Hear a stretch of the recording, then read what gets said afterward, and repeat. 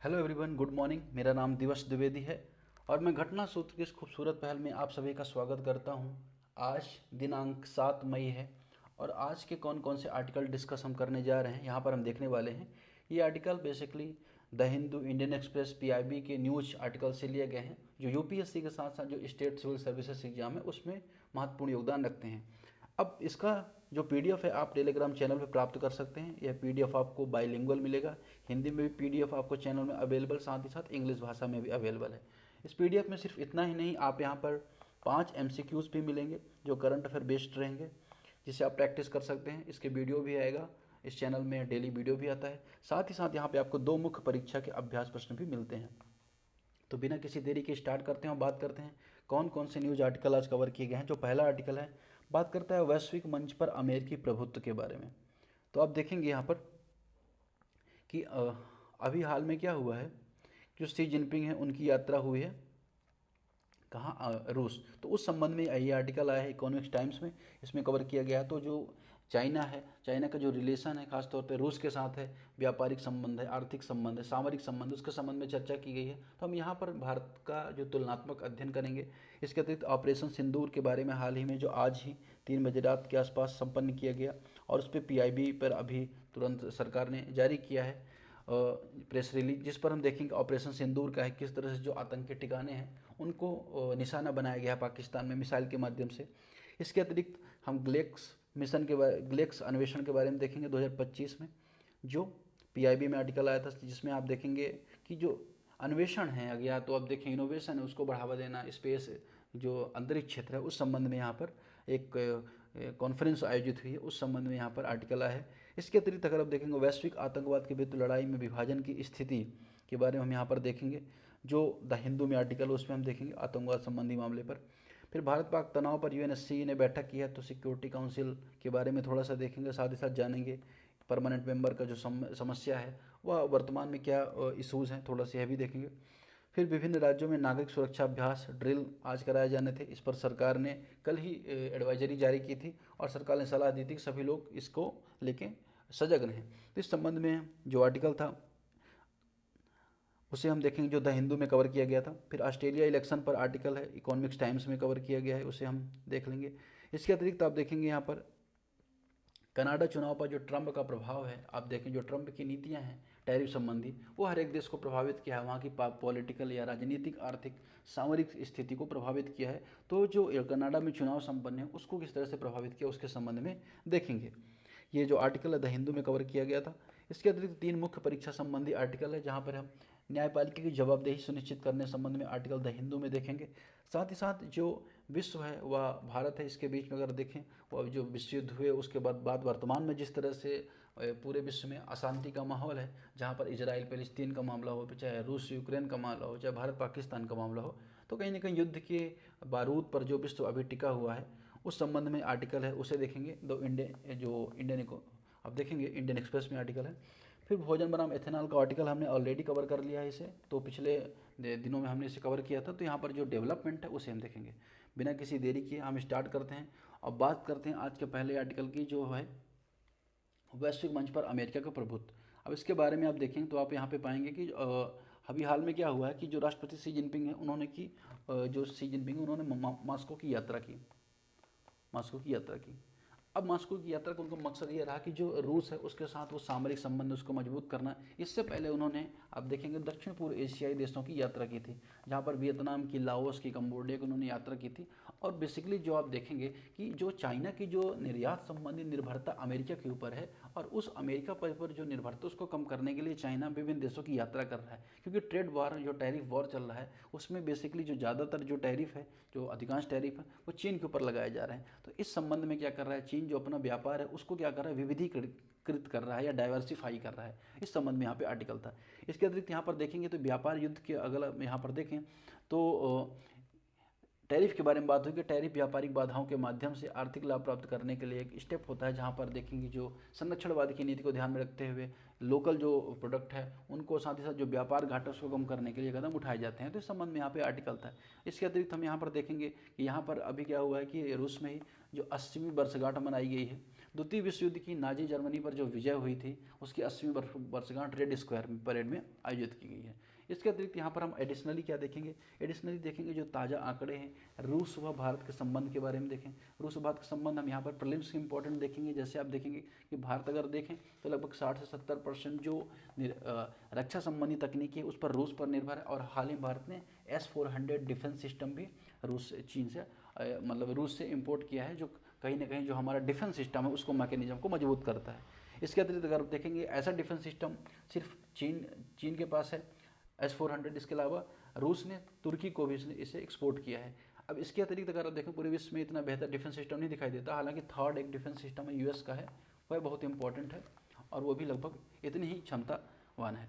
इसके अलावा एनर्जी क्षेत्र में देखें तो अगर देखें रूस व भारत रोसनेफ्ट तथा ONGC की साझेदारी हुई है। Rosneft ONGC oil natural gas corporation की साझेदारी हुई, जिसमें देखें रूस से जो तेल आयात है उसको सुनिश्चित करना। साथ ही साथ हम देखेंगे कि 2022-23 में रूस भारत का सबसे बड़ा तेल आपूर्तिकर्ता बन गया है। तो अगर देखें जिस तरह से भारत तेल आपूर्तिकर्ता बना है, खासतौर पर कोविड-19 के बाद जो हमारा आयात है कहीं ना कहीं तेल संबंध में रूस से बढ़ा है, तो उस संबंध में यहाँ पे आर्टिकल था। इसके अलावा रूस ने हमारा कुडनकुलम जो परियोजना न्यूक्लियर प्लांट है उसमें रूस ने हमारी काफ़ी मदद की है कुडनकुलम परियोजना में। इसके अतिरिक्त अगर आप देखेंगे ब्रिक्स हो, Brazil, India, Russia, China, south Africa, इसके अलावा SCO हो, इसके अतिरिक्त G20 हो, उसमें रूस भारत के साथ सदस्यता में भागीदारी करता है। साथ ही साथ करेंसी डीलिंग में रुपए और रूपी के बीच में अगर आप देखें करेंसी स्वैप एग्रीमेंट भी हमने साइन कर रखा है। जो स्विफ्ट जो पेमेंट मैकेनिज्म है पूरे विश्व का, उस पर जो निर्भरता उसको कम किया जा सके, इस संबंध में दोनों आगे आ रहे हैं।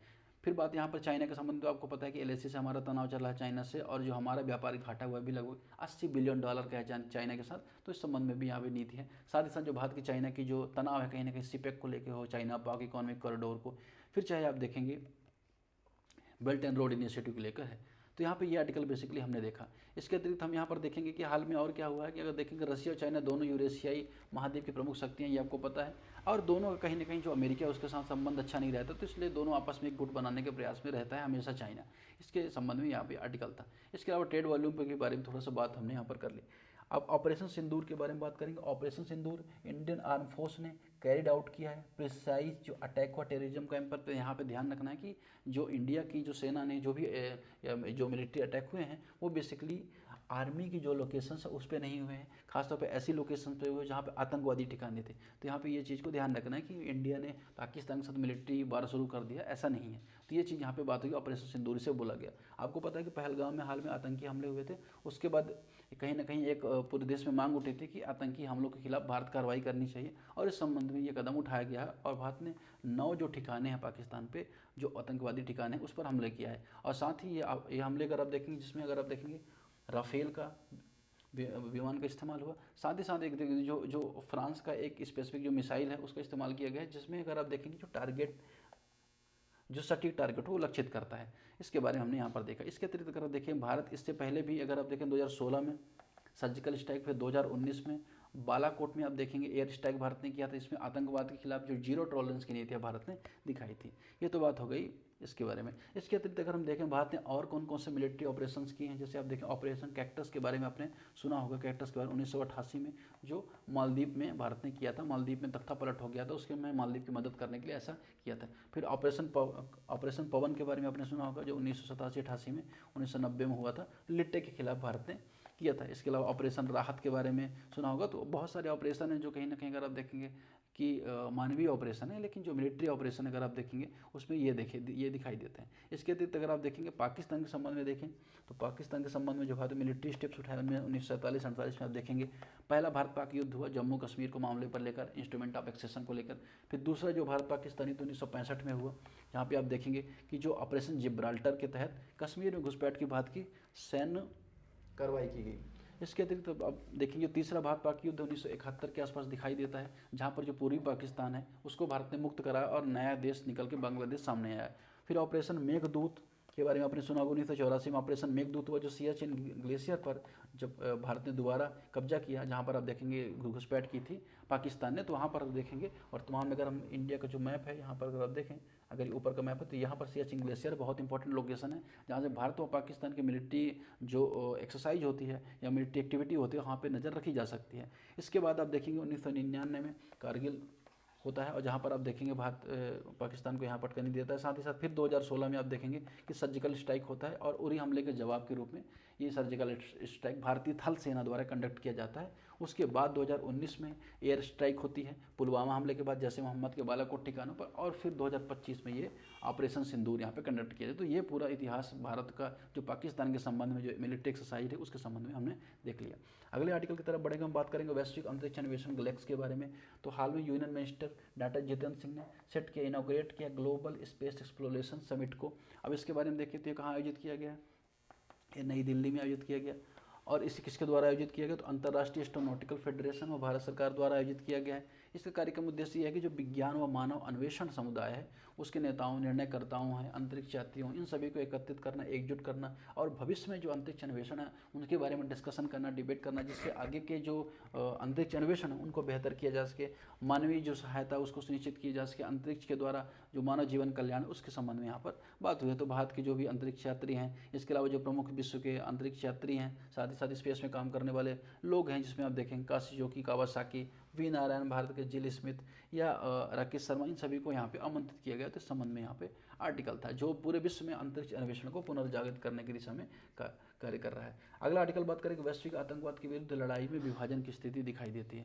अब इसके बारे में अगर आप बात करें तो आप पाएंगे कि जिस तरह से पहलगाम में भारत पर हमला हुआ, पहलगाम के बाद आप देखेंगे कि पूरे विश्व में आतंकवाद की निंदा की गई और कहीं ना कहीं जीरो टॉलरेंस की नीति का एक तरह समर्थन किया गया, जिसमें अमेरिका ने पाकिस्तान से सख्त कार्रवाई की अपील की, वहीं रूस ने द्विपक्षीय समाधान की वकालत की, जहाँ रूस ने कहा कि दोनों देशों को मिलकर आपस में बात करनी चाहिए। हर बार का है, रूस खुद अपने मामलों में ऐसी कार्रवाई नहीं करता, लेकिन दूसरों को सलाह में यहाँ पे दी है। खासतौर पे यूरोपीय संघ के बारे में देखें तो यूरोपीय संघ ने हमले की निंदा की और वैश्विक सहयोग की आवश्यकता पर बल दिया। तो पूरे विश्व में देखें आतंकवादी विरोधी ढांचे की मांग बार बार होती रही है। अब इस संबंध में यहाँ पर एक रेजोल्यूशन की बात होती है, 1200 देखेंगे 1267 रेजोल्यूशन के बारे में यहाँ पे बात होती है। 1267 रेजोल्यूशन, ये 1267 रेजोल्यूशन क्या है, ये बेसिकली आतंकवादी जैसे अलकायदा, तालिबान है, इन पर प्रतिबंध लगाने के लिए संयुक्त राष्ट्र संघ के जो जनरल असेंबली है वहाँ पे प्रस्ताव किया गया था। तो 1267 के बारे में बात होती है। इसके संबंध में साथ ही साथ देखें 2006 में इसके सबसे पहले 1989 में आप देखें 1989 में क्या हुआ कि मनी जो फाइनेंशियल एक्शन टास्क फोर्स है उसे मनी लॉन्ड्रिंग और आतंकी वित्त पोषण पर निगरानी करने के लिए सबसे पहले आप देखेंगे पाकिस्तान जैसे देशों को ग्रे और ब्लैक लिस्ट में डालना शुरू किया। फिर आप देखेंगे फिर बात आती है 1999 की। 1999 में यूएन में जनरल असेंबली में ऐसे आतंकवादियों को 1267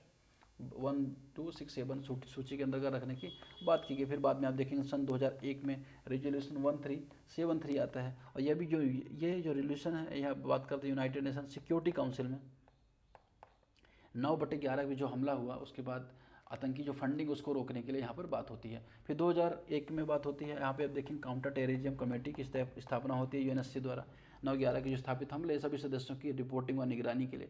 फिर आप देखेंगे 2003 में आप देखेंगे 2003 में आतंकवादी निरोध प्रशिक्षण और कानूनी सहायता UNODC के बारे में प्रयास होता है। इसके अतिरिक्त आप देखेंगे समय समय पर भारत ने प्रयास किए, लेकिन पूरे विश्व में अगर आप देखेंगे संयुक्त राष्ट्र संघ ने अभी तक में आतंकवाद की जो परिभाषा उसको भी डिक्लेयर नहीं कर पाया। तो इस संबंध में यहाँ पर आर्टिकल था। फिर अगला आर्टिकल यहाँ पर देखेंगे भारत पाक तनाव पर यूएनएससी की बैठक हुई है। अब इस संबंध में यहाँ पे देखना है हाल ही में क्या हुआ कि जो आप देखेंगे यूएनएससी है, यूएनएससी के बारे में आप थोड़ा सा देखें तो वहाँ पर अभी क्या है, भारत पाक पर तनाव पर यूएनएससी ने बैठक की है। आपको पता है कि जो पाकिस्तान इस टाइम पे यूएनएससी का अस्थायी सदस्य है। भारत कितने खराब संबंध होने के बावजूद हमें एक मंच पर पाकिस्तान के साथ साझा करना पड़ता है, यही एक अपने आप में बहुत बड़ा चैलेंज है। तो इस संबंध में यहाँ पे बात आई है कि जो तिथि 8 मार्च 2025 की बात है, यूएनएससी के जो वर्तमान अध्यक्षता ग्रीस कर रहा है। इसका मुख्य उद्देश्य क्या है इस बैठक का, कि जो भारत पाक तनाव को कम करना, आतंकवाद से जुड़ी जवाबदेही तय करना, ये बेसिकली पर्पज़ है। और ये पहलगाम जो हमला हुआ उसमें जो 26 लोग मारे गए उसके बाद यहाँ पर यूएनएससी की पहली बैठक है। अब उसके बाद अगर थोड़ा सा यूएनएससी के बारे में देखें तो आप पाएंगे यूएनएससी में 6 प्रमुख अंग जो यूएन के हैं उनमें से अगर आप देखेंगे एक प्रमुख अंग है यूनाइटेड नेशन सिक्योरिटी काउंसिल, जिसको 1945 में चार्टर के द्वारा इस्टेब्लिश किया गया था और इसका मुख्यालय न्यूयॉर्क में है। अब इसमें हम देखा तो 5 स्थायी सदस्य होते हैं, 10 अस्थायी सदस्य होते हैं। जो अस्थायी सदस्य होते हैं उनका चुनाव 2-2 वर्षों के लिए होता है, 2-2 वर्षों के लिए होता है। यहाँ पर आप देखें वर्तमान में पाकिस्तान है, भारत अभी नहीं है यहाँ पर। और 5 स्थायी सदस्य में आप देखेंगे ब्रिटेन, अमेरिका, फ्रांस, रसिया, चाइना, ये 5 वहाँ पे स्थायी सदस्य हैं, परमानेंट मेंबर हैं, जिन्हें P5 बोला जाता है। अब यूएनएससी की जो बात करें तो उसके जो डिसीजन होते हैं एक तरह से बाध्यकारी होते हैं और इसी ने यूएनएससी ने रेजोल्यूशन 1267 लिया था आतंकवाद के खिलाफ। वहीं 1373 रेजोल्यूशन भी यहाँ पे लाया गया था। 1540 लाया गया था, अब देखते हैं, संकल्प परमाणु व रासायनिक हथियारों के खिलाफ। ये तो बात हो गई। भारत के संबंध में देखें तो भारत ने 7 बार अगर देखें आज सही अध्यक्षता चुनी और 8वीं बार भी चुना गया उसे। 2021-22 में 8वीं बार चुना गया था। भारत ने लगभग 43 मिशनों पर भागीदारी की है। साथ ही साथ मानवाधिकार जो घोषणा उसमें भी भारत ने साइन किया है। तो भारत ने लगातार सपोर्ट किया, चाहे यूएनएससी हो चाहे यूएनजीए हो, उस संबंध में यहाँ पे बातें थी। फिर अगला जो आर्टिकल है बात करता है किसके बारे में, अगला आर्टिकल बात करता है यहाँ पे नागरिक सुरक्षा अभ्यास के बारे में कि कल क्या हुआ था कि सरकार ने लोगों को जागरूक किया कि कहीं ना कहीं अगर ऐसे आतंकवादी गतिविधियाँ होती है तो ऐसा कोई हवाई हमला होता है उस तरह उसमें किस तरह से हमें सुरक्षा करनी है। और उसमें सरकार ने बताया कि 3 कैटेगरी डिसाइड की वहाँ पर। कैटेगरी 1 जहाँ पर आप देखेंगे दिल्ली, जम्मू कश्मीर, महाराष्ट्र, उत्तर प्रदेश, तेलंगाना, आंध्र प्रदेश संबंधी के शामिल राज्य, जहाँ पर आप देखेंगे हवाई हमले की चेतावनी होना, फिर छलावरण पर अभ्यास करना, अग्निशमन किस तरह से अभ्यास करना है आग लगने पर, नागरिकों को सुरक्षित निकासी कैसे करवानी है, बंकरों की सफाई कैसे करनी है, स्कूल कॉलेज जो है बाजार वहाँ पर मॉकड्रिल कैसे करनी है, इस संबंध में देखेंगे अभ्यास देखने को मिला। साथ ही साथ दिल्ली के 50 से 60 स्थानों पर 4 से 6 बजे के बीच अभ्यास हुए, मुंबई में 20+ स्थानों पर हुए और जम्मू कश्मीर में भी डल झील में वो हर जगह हुए। तो इस संबंध में आप देखेंगे कि आगे कोई ऐसी समस्या होती है इसमें भारत पाकिस्तान के बीच अगर कोई युद्ध की संभावना बनती है तो किस तरह से जो सिविलियन है वो अपनी जान बचाएंगे, इस संबंध में यहाँ पर अभ्यास देखने को मिला। अगला आर्टिकल यहाँ पे बात करेगा ऑस्ट्रेलिया चुनाव स्थिरता व मध्यम मार्ग की जीत के बारे में। अभी क्या हुआ है कि ऑस्ट्रेलिया के जो आम चुनाव है उनका परिणाम आया और इस परिणाम में एक केवल राजनीतिक जीत नहीं बल्कि वैश्विक लोकतंत्र को यह संदेश देता है कि स्थिरता, दक्षता या समावेशिता कहीं न कहीं ध्रुवीकृत जो विश्व हुआ जा रहा है उसके संबंध में बेहतर है। उस संबंध में अगर देखें जो यहाँ के प्रधानमंत्री हैं इनकी जीत हुई एंथनी एल्बीज। इन्होंने 151 में से 85 सीटें जीतकर बहुमत प्राप्त किया। और इस संदर्भ में आप देखें पहली बार ऐसा हो कि बॉब हॉक के बाद, बॉब हॉक कौन थे वहाँ पे, बॉब हॉक प्रधानमंत्री थे, उनके बाद लगातार कोई ऐसा प्रधानमंत्री बना जो लगातार अगर देखें लेबर पार्टी का होकर 2 बार लगातार सरकार बनाई। तो इस संबंध में यहाँ पर न्यूज आर्टिकल था। अब अगर हम देखें भारत व थोड़ा सा ऑस्ट्रेलिया की जो चुनाव व्यवस्था उसमें थोड़ा सा अंतर देख लें तो अब भारत में first past the post system है, जहाँ पे आप देखेंगे FPTP है, जहाँ पे भारत में क्या है कि जो सबसे ज़्यादा वोट पाता है 10 लोगों में से, 10 लोगों ने चुनाव लड़ा उसमें से जिसने भी सबसे ज़्यादा वोट पाए अपने विपक्षियों में से उसको क्या है नेता चुन लिया जाता है या उसको अगर देखो उसका प्रतिनिधि चुन लिया जाता है। लेकिन ऑस्ट्रेलिया में आप देखेंगे प्रेफरेंशियल वोटिंग सिस्टम है, जहाँ पे आप देखेंगे जो मतदाता है वो अपनी प्राथमिकता के अनुसार मत देता है। इसके अलावा देखें भारत में कंपलसरी वोटिंग नहीं है, ऐच्छिक वोटिंग है, आप चाहें तो वोट दें, ना चाहे तो ना दें। लेकिन ऑस्ट्रेलिया में देखेंगे जुर्माना है, अगर आप वोट नहीं देते हैं तो मतदान न करने पर जुर्माने का प्रावधान होता है। फिर भारत में देखें जो हेड ऑफ स्टेट राष्ट्रपति होता है, लेकिन जो ऑस्ट्रेलिया में देखें गवर्नर जनरल, राजा का जो प्रतिनिधि होता है गवर्नर जनरल, वह हेड ऑफ स्टेट होता है। फिर भारत में आप देखेंगे केंद्र संचालित सहकारी संघ है, वहीं ऑस्ट्रेलिया अधिक शक्तिशाली राज्य है। तो ये यहाँ पे हमने देखा। इसके अतिरिक्त हम देखें अगले आर्टिकल की तरफ बढ़ेंगे। अगले आर्टिकल बात करें कनाडा में जो चुनाव हुआ उस पर ट्रम्प प्रभाव के बारे में यहाँ अगला आर्टिकल बात कर रहा है। तो बेसिकली हुआ क्या है कि आप कनाडा में 22 अप्रैल को चुनाव हुए और इसमें जो लिबरल पार्टी है जिसमें जस्टिन ट्रूडो थे उन्होंने क्या किया, सत्ता में फिर बरकरार रहे, लेकिन पूर्ण बहुमत उन्हें यहाँ पे नहीं मिला। लगभग देखें 38% के आसपास सीटें ही उन्होंने प्राप्त की। इसके अतिरिक्त जो NDP पार्टी थी, नॉन डेमोक्रेटिक पार्टी थी, वो वोट घटकर उसके 70.8% आ गए और ग्रीन पार्टी ने भी चुनाव नहीं लड़ा। तो यहाँ पर आप देखेंगे जो मतदाता है, जो जस्टिन ट्रूडो है, उन्होंने मध्यम मार्ग की नीति, जलवायु परिवर्तन की दिशा में, साथ ही साथ अमेरिकी शैली की राजनीति से दूर रखी। लेकिन वहीं पियरे पोइलिवियर जो कंजर्वेटिव पार्टी थी, उन्होंने जो ट्रम्प शैली है जिसमें आप देखेंगे ट्रम्प ने टैरिफ लगाए थे, उस संबंध में उसका इस्तेमाल किया, आर्थिक मुद्दों पर केंद्रित रखा, लेकिन उसके बावजूद भी चुनाव में जीत नहीं हासिल की। हालांकि जो ग्रामीण एरिया है वहाँ पर आप देखेंगे जो पियरे पोइलिवियर हैं कंजर्वेटिव पार्टी, उन्हें ज़्यादा वोट मिले, लेकिन शहरी क्षेत्र में ज़्यादा जस्टिन ट्रूडो को वोट मिलने की वजह से उनकी सरकार यहाँ पर बनी है। इस संबंध में यहाँ पे आर्टिकल था जो हमने देखा। अगला आर्टिकल यहाँ पे बात करेगा न्यायपालिका जवाबदेहिता कैसे सुनिश्चित के मुख्य परीक्षा का ये आर्टिकल है, इसे हम थोड़ा सा यहाँ पर देखेंगे। देखिए न्यायपालिका में जवाबदेहिता का क्या आशय है कि न्यायपालिका कोई भी जो कार्य करे उसमें उसकी जिम्मेदारी होनी चाहिए, उसके अपने अधिकारों के अंतर्गत करना चाहिए, उसको अपनी सीमाओं के अंतर्गत कार्य करनी चाहिए। और इस संदर्भ में अगर आप देखेंगे बेंगलोर सिद्धांत आपको देखने को मिलता है। बेंगलोर सिद्धांत, अब बेंगलोर सिद्धांत क्या करता है कि न्यायपालिका की स्वतंत्रता पर बात करता है कि एक न्यायाधीश को व्यक्तिगत और संस्थागत दोनों स्तर पर न्यायिक स्वतंत्रता सुनिश्चित करनी चाहिए और अपना दृष्टांत प्रस्तुत करना चाहिए। फिर यहाँ पे सत्यनिष्ठा के संबंध में बात करता है बेंगलोर सिद्धांत। तो बेसिकली न्यायपालिका की जवाबदेही के संबंध में सत्यनिष्ठा, स्वतंत्रता, समानता, सजगता की बात करता है। सत्यनिष्ठा के संबंध में बात करता है कि न्यायाधीशों के जो व्यवहार है, आचरण है, न्यायपालिका की सत्यनिष्ठा से लोगों में विश्वास की पुष्टि होनी चाहिए, लोगों को विश्वास होना चाहिए। इस तरह से न्यायपालिका कृत्य होने चाहिए। साथ ही जो न्यायपालिका कृत्य है वो निष्पक्ष होनी चाहिए, किसी भी तरह का पक्षपात किसी पार्टी के संबंध में, किसी व्यक्ति के संबंध में नहीं दिखाई दे जाना चाहिए। साथ ही साथ जो न्यायपालिका है वो किसी तरह का पूर्वाग्रह से ग्रसित नहीं होनी चाहिए। इसके अतिरिक्त अगर आप देखेंगे, इसके अतिरिक्त सजगता और औचित्य की बात होती है कि न्यायाधीश को अनुचित आचरण से बचना चाहिए, अनुचित आचरण से बचना चाहिए और अपने सभी न्यायिक कार्यों में अनुचित आचरण का संदेह नहीं होने देना चाहिए। इसके अतिरिक्त समानता की बात होती है कि न्यायाधीशों को न्यायिक कर्तव्यों के निर्वहन में किसी व्यक्ति या समूह के प्रति अप्रासंगिक आधार पर पक्षपात या पूर्वाग्रह प्रकट नहीं करना चाहिए। साथ ही साथ योग्यता व कर्मनिष्ठता की बात होती है बेंगलोर सिद्धांत में। अब ये तो बात हो गई, हमने क्या देख लिया, न्यायपालिका की जवाबदेहिता के संबंध में बातें देख ली। प्रसंग अभी क्या हुआ कि आप देखेंगे, आप पाएंगे भारत के उपराष्ट्रपति द्वारा न्यायपालिका की भूमिका को लेकर हाल में कई बयान दिए गए। क्यों? क्योंकि आपको पता है कि बहुत दिनों से वक्फ का मामला चल रहा था। उस संबंध में न्यायपालिका ने जो कार्यपालिका है उसके द्वारा बनाए गए कानून पर हस्तक्षेप किया और उस संबंध में आप देखेंगे उत्तर जो और साथ ही साथ अगर आप देखें जो राष्ट्रपति की शक्ति है तो उसके बारे में भी कहीं ना कहीं अगर आप देखेंगे सुप्रीम कोर्ट ने टिप्पणी की, जो अनुच्छेद 201 की शक्तियाँ थी। तो उसके बाद यहाँ पे उपराष्ट्रपति का यहाँ पे बयान आया था। तो यहाँ पे ये बात थी। अगर हम बात करें थोड़ा सा न्यायपालिका के बारे में बात करें, न्यायपालिका के बारे में हम बात करेंगे। न्यायपालिका में बेसिकली अगर आप देखेंगे पावर के बारे में बात करते हैं, सबसे पहले शक्ति के बारे में बात करते हैं। तो न्यायपालिका को आप देखेंगे अनुच्छेद 141 के बारे में, जहाँ पर देखें लॉ डिक्लेयर करने की शक्ति है और उसके जो लॉ है अगर आप देखें सभी कोर्ट में बाइंडिंग है, ये बात होती है। साथ ही साथ अगर आप देखें अनुच्छेद 142 यहाँ पे सुप्रीम कोर्ट की शक्ति के बारे में बात कर रहे हैं कि सुप्रीम कोर्ट के पास पावर होती है एनी ऑर्डर की नेसेसरी, जो पूर्ण न्याय के बारे में सुनिश्चित, जो पूर्ण न्याय को सुनिश्चित करते हैं। तो 142 के अंतर्गत सुप्रीम कोर्ट जारी करता है, जिस संबंध में कई बार बयान देखने को मिलता है। साथ ही साथ उसके अन्य शक्ति के बारे में देखें, जुडिशियल रिव्यू, न्यायिक पुनरावलोकन शक्ति है। अनुच्छेद 13 के अंतर्गत कोई भी ऐसी विधि बनाई जाती है, कोई भी ऐसा कानून बनाया जाता है जो फंडामेंटल राइट को कर्टेल करता है, डेरोगेट करता है, लिमिट करता है, सीमित करता है, उस संबंध में आप देखेंगे सुप्रीम कोर्ट क्या कर सकता है, उस कानून को नल एंड वाइड डिक्लेयर कर सकता है। साथ ही साथ जुडिशियल रिव्यू संबंध अनुच्छेद 332 में शक्ति है।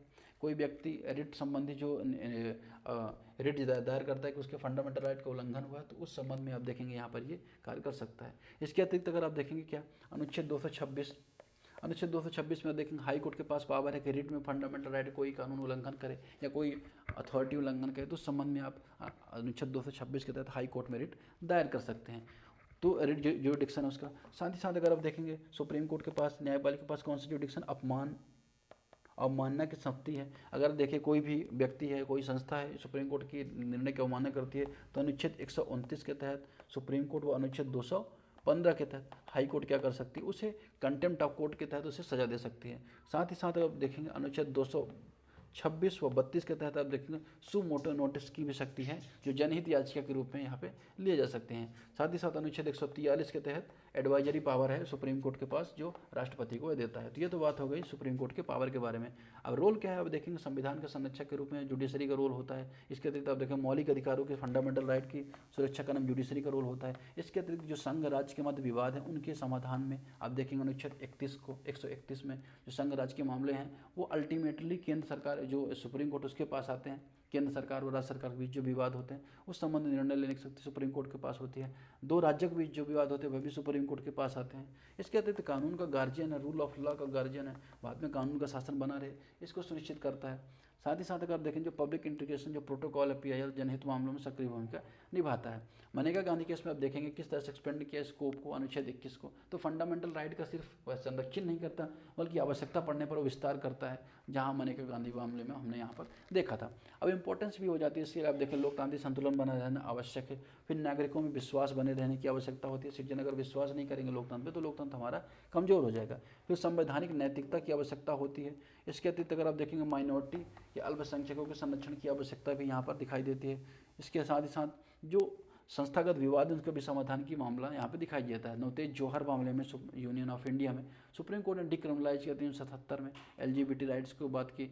Sowing judicial sensitivity to minority rights, तो जो अल्पसंख्यक अधिकार हैं उनके प्रति अगर आप देखेंगे जो सेंसिटिविटी दिखाने की यहाँ पर बात की। अब अगर बात करें कुछ चैलेंजेस भी देखने को मिलते हैं। अब चैलेंजेस क्या है, चुनौती क्या है, judicial over reach. Judicial overreach क्या है, जब न्यायपालिका, विधायिका या कार्यपालिका कार्यों में हस्तक्षेप करने लगे, जैसे नीट के एग्जाम में, फिर चाहे किसी चीज़ को बैन लगाना हो, पॉलिसी ऑर्डर देने लगे, कानून बनाने के लिए ऑर्डर देने लगे, तो ये कहीं ना कहीं जुडिशल ओवररीच कहलाता है। ये कहीं ना कहीं जो शक्ति का पृथक्करण अनुच्छेद 50 के तहत जो प्रावधान किए गए हैं उसके खिलाफ है, जहाँ पर कार्यपालिका, न्यायपालिका और विधायिका की अलग अलग शक्तियाँ हैं और इन तीनों को एक दूसरे की शक्तियों और एक दूसरे की सीमाओं पर हस्तक्षेप नहीं करना चाहिए। यह चीज़ यहाँ पे समस्या निकल के सामने आ जाती है।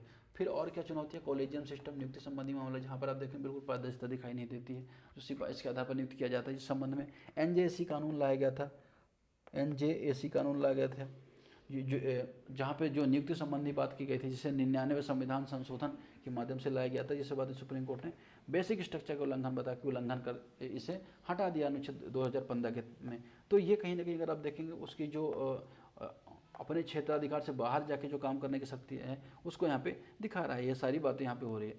वे फॉरवर्ड में अगर हम देखें तो जुडिशियल अकाउंटेबिलिटी बिल होना चाहिए, एक ऐसा बिल होना चाहिए जहाँ पे न्यायाधीशों की जवाबदेही जो निश्चित हो। हाल में एक न्यायाधीश के घर में बहुत सारे करोड़ों की कैश मिली थी, इस संबंध में जुडिशल जो अकाउंटेबिलिटी की बात हुई। फिर ट्रांसपेरेंसी होनी चाहिए, जुडिशल इंफ्रास्ट्रक्चर बननी चाहिए, ई कोर्ट्स की बात होनी चाहिए, फाइनल जो फास्ट ट्रैक कोर्ट्स होते हैं उनकी स्टैब्लिश किया जाना चाहिए, ग्राम न्यायालय को सशक्तिकरण किया जाना चाहिए, मध्यस्थ न्यायालय को सशक्तिकरण किया जाना चाहिए, साथ ही साथ जो बैलेंस में एक्टिविज्म होना चाहिए।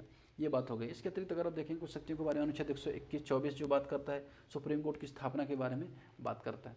अगला आर्टिकल, लास्ट आर्टिकल बात करेंगे यहाँ पे 624 के बारे में, क्योंकि इसके बाद जो वो आर्टिकल है खासतौर पे जो फ्यूल वाला, उसे हमने ऑलरेडी डिस्कस कर लिया।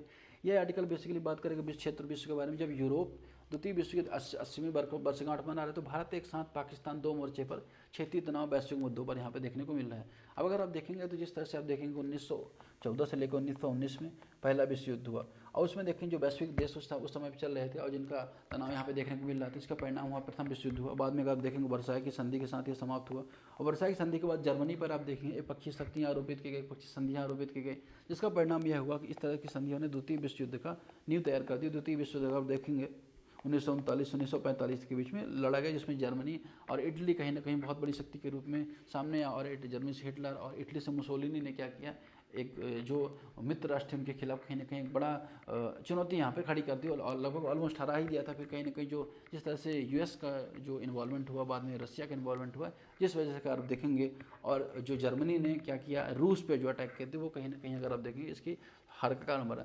लेकिन अभी यहाँ पे चर्चा क्यों कर रहे हैं, क्योंकि अभी वर्तमान में आप देखेंगे रूस यूक्रेन का वॉर चल रहा है, फिलिस्तीन का और जो इजराइल उसके संबंध में चुनौतियाँ देखने को मिले। लेकिन अभी जो आतंकवादी हमले हुए जिस संबंध में भारत और पाकिस्तान के बीच तनाव है, तो कहीं ना कहीं अगर आप देखेंगे हम कहीं ऐसा देखने को मिल रहा है कि जो विश्व में बड़े बड़े कॉन्फ्लिक्ट हुए उनका क्या परिणाम हुआ उससे हम नहीं सीखते हैं। लास्ट में वही है कि डिबेट, डिस्कशन, डायलॉग, 3D का ही फॉर्मूला बनाया जाता है, लेकिन जो आतंकवादी गतिविधि उसका जवाबी कार्रवाई के लिए आवश्यकता पड़ती है। तो इन सभी मुद्दों पर आप देखेंगे आर्टिकल था जहाँ पर हमें आवश्यकता है कि सभी देशों को बेहतर समन्वय बनाए रखने की आवश्यकता है, आतंकवाद के खिलाफ विभिन्न देशों को साथ में मिलकर कदम उठाने की आवश्यकता है, 1277 जो रिजोल्यूशन है यूएन में उसको पास करने की आवश्यकता है, आतंकवादियों को लिस्टिंग करने की आवश्यकता है, FATF के साथ बेहतर कोऑर्डिनेशन बनाने की आवश्यकता है, जिससे आतंकवाद व वैश्विक जो अशांति का माहौल है उससे निपटा जा सके। तो इस संबंध में यहाँ पर आर्टिकल था।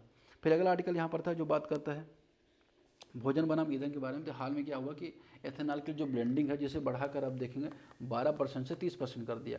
अब जीवाश्म ईंधन पर निर्भरता कम हो सके, ये तो टारगेट सरकार का टारगेट है कि जो पेट्रोल है, जो डीजल, इसका निर्यात कम या आयात कम किया जाए। लेकिन इस समस्या क्या निकल के सामने आ रही है कि जो गन्ना है कहीं ना कहीं अगर आप देखेंगे जो शक्कर का सबसे बड़ा स्रोत है और गुड़ का सबसे बड़ा स्रोत है, और जो लोगों की निर्भरता इस पर ज़्यादा होती है और भारत से खपत भी ज़्यादा है। लेकिन अभी हाल में क्या होगा, अभी इसकी खपत ज़्यादा इसलिए हो गई है क्योंकि इसका इस्तेमाल आप देखें एथेनॉल को ब्लेंडिंग करने में किया जा रहा है, क्योंकि जो हमारा टारगेट है 12 से 30% हमने इसे कर दिया, तो इस संबंध में यहाँ पर चुनौती देखने को मिल रही है।